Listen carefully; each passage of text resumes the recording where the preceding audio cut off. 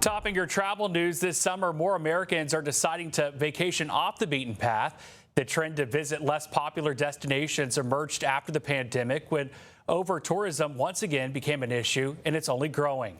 In today's Travel Tuesday, CBS News correspondent Wendy Gillette joins us from the island nation of Fiji with much more. Hi, Wendy.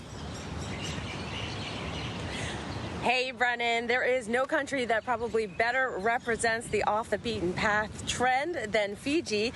This is the Sheraton Fiji Golf and Beach Resort, one of 5 Marriotts here in Fiji.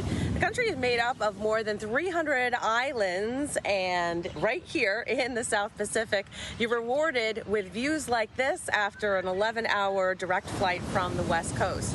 The off-the-beaten-path trend is also sweeping Europe this summer. One recent summer morning, a private boat took guests of the newly opened Hotel Katarina in the tiny seaside town of Orebić island hopping along Croatia's Dalmatian coast.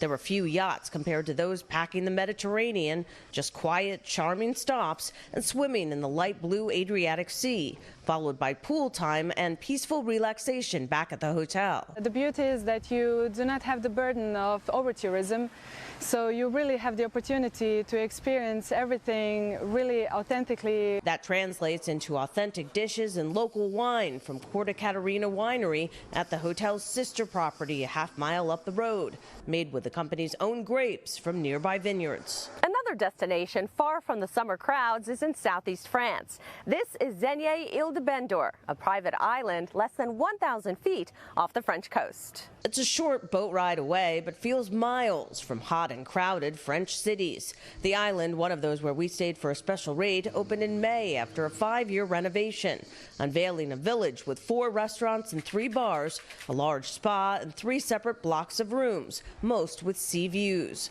Artists and residents create works adjacent to an open-air museum on the 17-acre landscaped island. The island actually was bought from the creator, the founder of the French drink, pastis. And this is actually Paul Ricard, who is a millionaire in the drink industry, who actually bought the island in the 50s. A third option is just outside Athens, in a region known as the Greek Riviera.